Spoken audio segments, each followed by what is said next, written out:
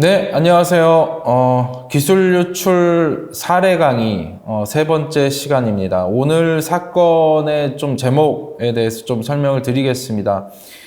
이 사건은 고려아연 기술실장이 TSL 공법 관련 파일 등을 유출한 사건입니다.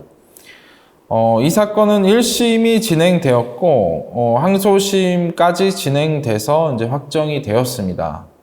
우선 제 소개를 간단하게 좀 드리겠습니다. 저는 산업기술 유출, 영업비밀 침해 전문 변호사고, 또 대한변호사협회 인증 형사법 전문 변호사이기도 합니다. 산업기술 유출이나 영업비밀 침해 관련 주요 성공 사례는 시간 순서대로 좀 설명드리면 서울반도체의 산업기술의 국외 유출 사건 중에 이제 핵심 피고인들을 변호해서 집행유예를 받았고요. 그리고 이제 폴더블폰 핵심 기술인 UTG 화학강화 UTG 기술 중국 유출 사건을 변호해서 불기소 처분을 받았습니다. 최근에는 현대차 수소연료 전지차 넥소의 핵심 부품이자 산업기술인 GDL 견본 유출 사건을 수행해서 구속영장 기각을 받았고, 또 국가핵심 기술인 KC화물창 도면 유출 사건 변호에서 역시 구속영장 기각을 받았습니다. 이 KC화물창 도면 현재 진행 중인 사건이고, 또 삼성전자 연구원의 삼성전자나 셀메스의 세정장비 기술 유출 사건도 현재 진행 중입니다. 자, 넘어가 보겠습니다. 이제 범죄 사실입니다. 이게 범죄 사실이 꽤 긴 편입니다. 제가 좀 설명을 좀 어떻게 보면 간단하게 좀 정리를 하긴 했습니다만, 이게 이제 어쨌든 집중해서 좀 보셔야 될 것 같습니다. 자, 피고인은 1989년 8월경 고려아연 주식회사에 입사하여 2000년도까지는 주로 본사 기술실에서 연구원, 과장 등으로 근무했고, 2006년까지는 위 회사 고려아연의 계열사인 A회사에서 차장 또는 부장으로서 일하였고, 2006년도부터 2007년도까지는 다시 고려아연으로 복귀해서 고려아연의 기술실장으로 근무했으며, 2007년 4월경부터는 고려아연의 계열사인 B회사의 이사로 일하다가 2007년 9월 30일경 자진퇴사하였다. 자진퇴사라는 거는 뭐 권고사직도 아니고 자진퇴사라는 건 분명히 뭔가 이유가 있겠죠. 자, 고려아연은 뭐 여러분들 거의 대부분 아실 만한 엄청나게 큰 회사죠. 주로 연, 아연, 재련 뭐 이런 걸 하는 회사로 이 회사가 90년도부터 약 10년간 340억 원 이상의 개발비를 투자해서 세계에서 유일하게 TSL 공법의 상용화에 성공하였는데, 피고인은 고려아연의 기술실에서 근무하면서 TSL 공법의 용융로 및 냉각기의 공정 설계, 사양, 설치, 운전 등 생산 설비 개발 프로젝트 업무를 총괄하였고, 이 내용들은 사실은 검사의 공소장에 있는 내용 사실 그대로인데, 왜 검사가 이러한 부분을 공소장에 기재를 했냐? 이 사람이 이 파일 등을 직접 관리했다라는 관리한 사람이다라는 거를 재판부에 명확하게 설명을 하기 위해서 이런 내용들을 거의 대부분 넣었습니다. 이후 위 TSL 공법의 핵심 기술을 체계적으로 정형화하여 국내외 마케팅하는 업무를 담당하는 A의 팀장으로서 이 부분 중요하죠. 관련 설계 자료 및 운영 데이터를 총괄 관리하였다. 이 사람이 결국은 이제 문제된 기술 자료 등을 총괄 관리했다. 검사들은 항상 이런 내용들을 공소장에 기재를 합니다. 자, 그리고 또 공소장에 반드시 기재된 부분들이 있습니다. 자, 설명을 드리겠습니다. 피고인은 고려아연에 입사할 당시 회사의 영업적 비밀에 대하여 보안을 유지하고 외부에 누설하지 않겠다는 취지의 계약서 및 비밀 준수각서를 작성 제출하였으므로 신의칙상 또는 위 계약서 및 각서에 따라 고려아연의 산업기술을 외부에 누설하지 말아야 할 의무가 있다. 자, 이거는 회사 직원이 회사와 사이에 비밀 유지 서약서나 보안 서약서 등을 작성했다. 이런 내용들은 이제 이런 게 사실 있어야지 처벌이 되기 때문에 검사가 공소장에 이제 넣는 것이죠. 다만 이 피고인은 고려아연의 직원이기 때문에 사실은 이제 산업기술보호법 제34조의 규정으로 인해서 제34조, 제14조, 제2호가 34조의 규정을 포함하고 있기 때문에 사실은 이제 처벌이 됩니다. 반드시 이런 비밀 보안 서약서라든지 비밀 유지 서약서를 작성하지 않았다 하더라도 처벌은 됩니다. 다만 이 사건에서는 피고인이 본사에서 근무하다가 또 다른 계열사로 이동을 했기 때문에 아마도 그런 내용들이 좀 걸려서 검사 입장에서도 이런 내용들을 포함하지 않았나 싶습니다. 왜냐하면 고려아연에 근무하면서 고려아연의 기술 자료를 유출하는 것과 그 계열사에 근무하면서 유출하는 것은 좀 다르기 때문입니다. 자, 어쨌든 이 피고인은 고려아연에 입사할 당시 비밀유지 서약서나 보안 서약서를 작성했다. 그리고 사실 여기서 더 들어가야 될 부분들이 최근에는 대기업 등은 피고인, 그러니까 자신들의 직원들과 사이에 매년 주기적으로 비밀유지 서약서나 보안 서약서 등을 작성하라고 해서 제출을 받습니다. 그리고 퇴사 시에도 반드시 받고 또 매년 주기적으로 보안 교육을 실시합니다. 보안 교육을 실시해서 보안 의식을 갖게 하는 거죠. 그러한 것들은 사실은 그러한 걸 쓴다고 해서 직원들이 기술 자료를 유출하지 않냐 그런 건 아니지만 실제로 그 직원들을 나중에 처벌하도록 하기 위해서는 요런 절차들, 입사 시, 재직 시, 퇴직 시 보안 유지 서약서, 그리고 보안 서약서나 영업 비밀 유지 서약서 등을 작성했다는 증거를 남기고 또 매년 주기적으로 보안 교육을 실시해서 그 보안 교육 확인, 내가 이런 교육을 받았다는 확인을 받는 것은 사실 나중에 증거를 남기기 위한 것입니다. 자, 계속해서 사실관계를 좀 살펴보겠습니다. 피고인은 고려아연의 계열사인 B 회사의 이사로 근무하던 2007년 9월 초순경 고려아연으로부터 이번엔 다른 예전에 근무했던 A 회사, 계열사죠. A 회사 부장으로 복귀하라는 인사발령을 받게 되자 이에 불만을 품고 계열사의 이사로 있다가 다른 계열사의 부장으로 가라는 겁니다. 그러니까 이제 당연히 불만이 생길 수밖에 없겠죠. 그래서 결국은 이제 자진 퇴사한 후 위 TSL 공법의 원천 기술을 보유하고 있고 고려아연 피해 회사 경쟁 관계에 있는 호주의 오스멜트사에 입사하기로 마음먹고 그 즈음부터 2007년 10월 초순까지 이 오스멜트사의 대표인 갑등과 접촉하여 연봉 협상을 하는 등 인사를 위한 구체적인 활동을 하였다. 이 부분 정말 중요합니다. 왜냐하면 기술 유출에 있어서 대부분 이제 검사는 그 동기, 기술 유출을 한 동기에 대해서 밝히는데 사실은 이제 두 가지 중 하나입니다.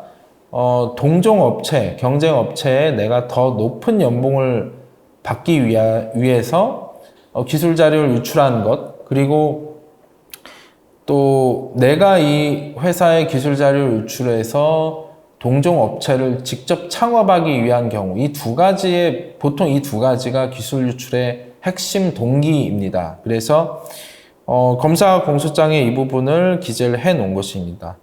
자, 여기서 이제 반드시 짚고 넘어가야 하는 시점은 자진 퇴사일입니다. 2007년 9월 30일 자진 퇴사였다. 이 부분은 좀 기억하시고 다음 페이지로 넘어가겠습니다.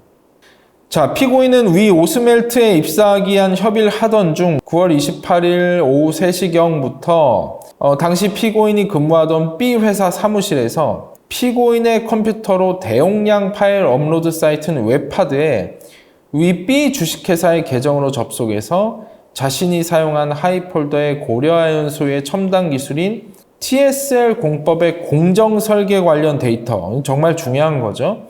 공정 설계 관련 데이터, 그리고 공정 설계 자동 수치 계산식 파일 관련 도표, 설치비, 운전비, 금액 내역서 등 핵심 기술 관련 파일, 이 압축 파일, A 백업이라는 압축 파일이라는 폴더명으로 저장시킨 후 웹하드 가상 메모리 공간에 업로드 시켰다. 자, 일단은 이러한 행위를 한 게 2007년 9월 28일입니다. 피고인이 퇴사한 시점은 9월 30일이에요. 그래서 퇴사 직전에 이루어졌습니다. 자, 퇴사 직전에 어떤 기술 자료를 이렇게 유출했다. 이것도 사실은 더군다나 이게 이제 이직을 위한 협의를 하는 것과 맞물려 있기 때문에 부정한 이익을 얻을 목적을 피해가기는 사실 어렵습니다. 자, 여기 보면 피고인이 유출한 자료 중에 공정설계 관련 데이터 및 공정설계 자동수치 계산식 파일, 이런 건 제가 직접 보진 못했지만 이런 부분도 사실은 변호사가 좀 다퉈줘야 되고, 관련 도표, 설치비, 운전비, 금액 내역서, 이런 거는 사실 기술 자료라고 볼 수 없기 때문에 이런 자료들은 사실은 산업기술에 해당하지 않을 가능성이 많습니다. 오히려 이런 부분들은 영업비밀에 해당할 가능성이 높겠죠. 물론 영업비밀도 해당되지 않는다고 주장을 해야 될 것 같습니다. 자, 그래서 결국은 피고인은 이 산업기술 외국, 이 사건에선 호주죠. 외국에서 사용하거나 사용되게 할 목적으로 부정한 방법으로 산업기술을 유출하였다. 이게 1차 범행입니다. 자, 다음 페이지 넘어가겠습니다. 자, 2차 범행입니다. 피고인은 2007년 10월 1일 D 주식회사의 자원개발본부장으로 입사해서 자원개발 업무를 담당하게 되었다. 자, 호주의 오스멜트에 입사를 못했습니다, 이 사람이. 그래서 국내 회사인 다른 회사, D 회사의 본부장으로 입사해서 자원개발 업무를 담당하게 되었습니다. 10월 1일, 9월 30일 날 그만뒀으니까 바로 다음날 이제 입사를 한 것이죠.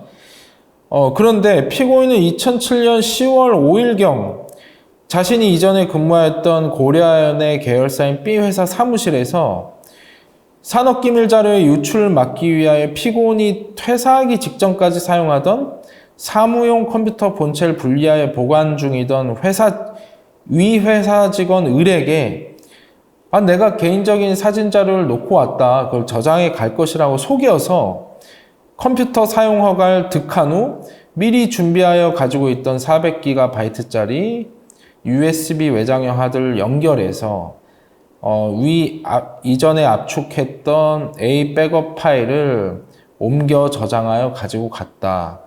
자, 이로써 피고인은 부정한 방법으로 산업기술을 유출하였다.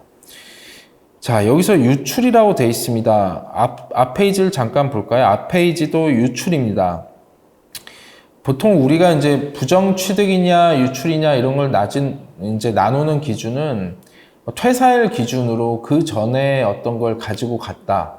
그러면 사실은 유출에 해당할 가능성이 높고, 왜냐하면 어떤 직원이 그 회사에서 그 관련 업무를 하였기 때문에 어떤 파일 등에 인지 접근해서 사용할 권한이 있었다면 비록 퇴사 전날이라 하더라도 그 사람에겐 인지 사용할 권한이 있었기 때문에 또 이미 가지고 있었고, 그거는 부정 취득에 해당하지 않을 가능성이 매우 높습니다. 그래서 유출로 하는 것이고, 퇴사 이후에 지금 이거를 회사 직원을 속여서 내가 개인 사진 자료를 가지고 갈 것이라 속여서 어떤 파일을 가지고 갔다. 사실 그것은 이미 퇴사했기 때문에 유출이 아니라 이 사람에게 이제 접근 권한이 없었던 거죠. 퇴사를 하였기 때문에. 그러면 사실 이제 부정 취득이 되는 게 맞습니다. 다만 여기서 문제는 1차 범행과 2차 범행 사이에 1차 범행에 있어서 이미 이 파일 등을 자신의 자신이 접근할 수 있는 위치에 확보를 한 상황이라면 한 번 부정 취득한 것은 뒤에 다시 부정 취득할 수 없다는 또 법리가 있습니다. 자, 이렇게 말씀드리면 좀 너무 어렵기 때문에 일단 넘어가 보겠습니다. 자, 첫 번째 문제입니다. 위 2차 범행의 경우 이제 이 피고인은 이 회사 직원 을에게 개인적인 사진 자료를 저장해 갈 것이라고 속여 컴퓨터 사용 허가를 득한 후 이 압축 파일을 미리 준비하여 가지고 있던 외장형 하드디스크에 옮겨 저장하여 가지고 갔는데, 이 행위는 행위 자체만 놓고 보면 부정 취득에 해당할 여지가 있습니다. 이 부정 취득이라는 것은 절취, 기망, 협박, 그 밖의 부정한 방법으로 대상기관의 산업기술을 취득한 행위입니다. 법령에서 이렇게 규정하고 있고, 부정하게, 조금이라도 부정한 것으로 볼 수 있다라면 사실 법원에서는 굉장히 폭넓게 인정을 한 편입니다. 자, 그럼에도 검사가 부정 취득이 아닌 유출로 기소한 이유는 무엇인가?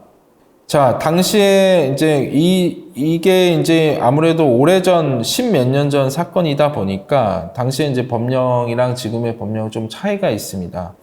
당시의 법 제14조 제2호를 보면, 이제 부정 취득이 있습니다. 또 제2호를 보면, 현재와 마찬가지로 유출인데, 당시에는 유출 앞에 뭐가 있었냐면, 부정 취득과 마찬가지로 그 산업기술을 절취, 기망, 협박, 그 밖의 부정한 방법으로 유출한 행위라고 돼 있었고, 현행법은 부정한 이익을 얻거나 그 대상 기관에게 손해가 발생한 것을 알면서도 유출, 이렇게 바뀐 것입니다.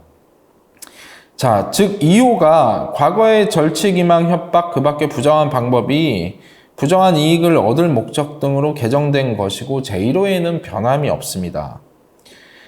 검사는 적용법조를 이 2차 범행의 적용법조를 제1호의 부정 취득이 아닌 제2호의 유출로 선택한 것입니다. 자, 넘어가 보겠습니다.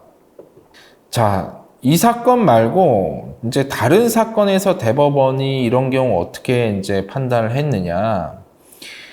해당 피고인이 피해 회사의 연구소장으로 근무하면서 경쟁적인 업체를 창업하고자 투자자 모임을 하고 투자금도 받아 실제 법인을 설립하면서 피해 회사의 위패 검출 방법에 관한 핵심적인 자료인 위패 이미지 정보 등을 유출한 사건에서 이거 정말 중요한 판례입니다. 뭐라고 얘기를 했느냐?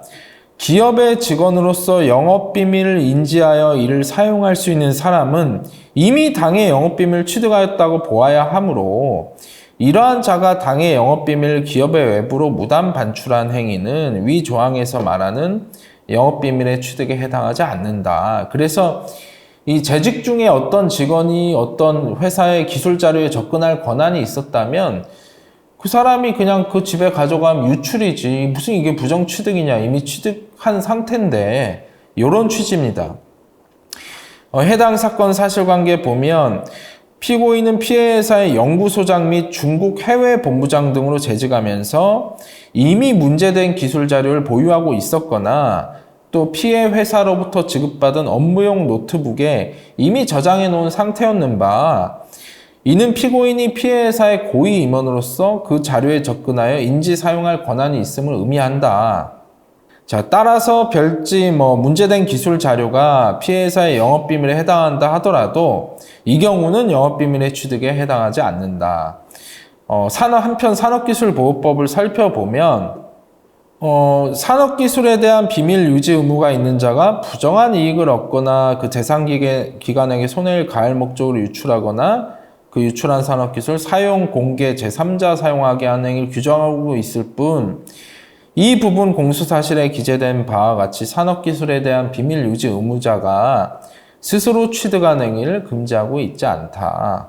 그렇기 때문에 이거는 이 자료가 산업기술에 해당한다 하더라도 이건 죄가 되지 않는다. 자, 이렇게 판단을 했습니다. 또 다른 판례를 좀 살펴보겠습니다. 우리 이제 산업기술 유출의 리딩 케이스에 해당되는 판례가 있습니다. 자, 이게 제가 앞서 좀 강의하였던 삼성중공업 드릴십 설계도면인 해양기본도 파일 유출 사건입니다. 이게 설계도면이 유출된 사건인데, 자, 이와 같이 산업기술보호법 제14조 제2호는 1호와 달리 단순히 산업기술을 취득한 행위는 처벌의 대상에서 제외한 대신 유출한 행위를 처벌하고 있는데, 이제 제가 지금 설명드릴 부분 정말 중요합니다. 이는 제2호에 비밀 유지 의무가 있는 자는 당의 산업기술을 직무 혹은 계약에 따라 적법한 경로로 취득할 수 있으므로 그러한 경우 제1호의 부정한 취득행위가 문제될 수 없어 이를 유출한 행위만을 처벌하도록 규정한 것일 뿐이다. 그렇기 때문에 예를 들어 제가 삼성전자 직원인데 삼성전자에 뭐 이번 달 말까지 일하기로 했는데 퇴사 시점 한 이틀 전에 어떤 자료를 유출했다. 근데 제가 그거는 평소에도 하던 업무 자료였어요. 기술 자료가. 그러면 그걸 유출했다. 그러면 그건 유출인 것이고 그건 부정 취득이 아니죠. 이미 제 업무용 컴퓨터에 다운받아져 있거나 아니면 문서관리 시스템 들어와서 열람을 할 수 있는 거라면 이미 제가 적법하게 취득한 것이죠. 그렇기 때문에 부정 취득이 되지 않는다. 이런 판례입니다. 자, 이 사건에 적용을 한번 시켜보겠습니다. 이 사건의 피고인도 업무적으로 관련 기술 자료를 총괄 관리하던 사람입니다. 이 공소장에 분명히 이렇게 나와 있습니다. 피고인이 이 해당 기술 자료 등을 총괄 관리하던 사람으로서 직무에 따라 적법한 경로로 이미 오래전에 문제의 기술 자료 등을 취득한 것이고 위 도면 등에 접근하여 인지 사용할 권한이 있었던 것으로 보인다. 즉 피고인은 이미 취득하였기 때문에 퇴사 후에 직원 을을 기망하여 문제의 파일을 다른 저장 장치에 복사하여 가지고 갔다고 하더라도 부정 취득이 아닌 유출에 해당하는 것이다. 즉 이런 경우 부정 취득은 성립하지 않고 유출의 문제만 남는 것이다. 자, 물론 이게 뭐 유출이냐 부정 취득이냐 사실 이 당시에 1호나 2호나 큰 차이가 없었습니다. 사실 동일한 거였고 다만 이제 제가 봤을 때는 뭐 부정 취득으로 하나 유출으로 하나 만약 기술 자료 자체가 좀 크게 중요하지 않은 거였으면 그냥 큰 차이가 없고 둘 중에 하나가 성립됐다고 하면 또 어떻게 보면 그냥 넘어갈 수도 있는 부분입니다. 자, 아까 제가 삼성중공업 드릴10 설계도면 해양기본급 파일 유출 사건을 좀 설명드렸는데 이 사건에서 또 중요한 판결이 하나 있습니다. 예를 들어 비록 비밀 유지 의무를 부담하고 있는 자라 하더라도 절취, 기망, 협박 그 밖의 부정한 방법으로 산업기술을 취득한 경우에는 제1호에 의하여 처벌된다고 해석함이 상당하다. 그러니까 제2호에 비밀 유지 의무가 있는 자가 유출에 해당할 수 있는 사람이 또다시 어떤 직원을 속였거나 절취, 기망, 협박 그 밖의 부정한 방법으로 산업기술 부정 취득했다고 하면 제1호에도 해당할 여지가 있다라고 이 드릴10 설계도면 유출 사건의 하급심에서 이제 판결한 겁니다. 다만 위 하급심 선례가 상정한 경우는 실제로는 매우 드물 것이고 이건 제 이제 판단입니다. 아마도 이 사건의 피고인처럼 이미 적법하게 기술 자료 등을 취득하였으나 이를 자신의 저장 장치에 옮겨 유출한 경우 즉 부정 취득이 아닌 유출에 해당하는 경우가 대부분일 것으로 보입니다. 자, 양형 좀 살펴보겠습니다. 사실 이제 이 피고인은 위에서 정리한 것 이외에도 자신의 대표이사 사장의 메일 계정 및 비밀번호를 알고 있었어요. 그래서 이걸 입력해서 이 대표이사의 메일에 접속해서 정통망 침해를 했다라는 거 있고 이런 이제 범죄 사실도 있는데 제가 좀 이 부분은 뺐습니다. 1심이 뭐라 했냐? 피고인이 초범이고 유출한 산업기술을 사용하지 않은 점 등을 이유로 징역 1년에 집행유예 2년을 선고했습니다. 굉장히 가볍게 처벌을 했어요. 이거는 검사가 결국 양형부당을 이유로 항소했는데 항소심은 피고인이 근무하던 회사에서 인사 발령에 대한 불만으로 퇴직 신청을 하고 회사의 경쟁사인 외국 기업과의 고용 협상을 하면서 회사의 핵심 산업기술 파일을 유출한 것인 점. 그러니까 이제 이 사람이 자진해서 뭔가 적극적으로 자신이 직접 적극적으로 이직을 위해서 뛰었다. 어떤 더 높은 연봉을 받기 위해 뛰었다거나 아니면 경쟁 업체를 본인이 직접 창업하려고 이렇게 기술 자료를 유출한 게 아니라 회사의 인사 발령에 대해 불만이 생겨서 그냥 내가 기분이 나빠서 퇴사했기 때문에 그러한 부분을 좀 반영을 해준 겁니다.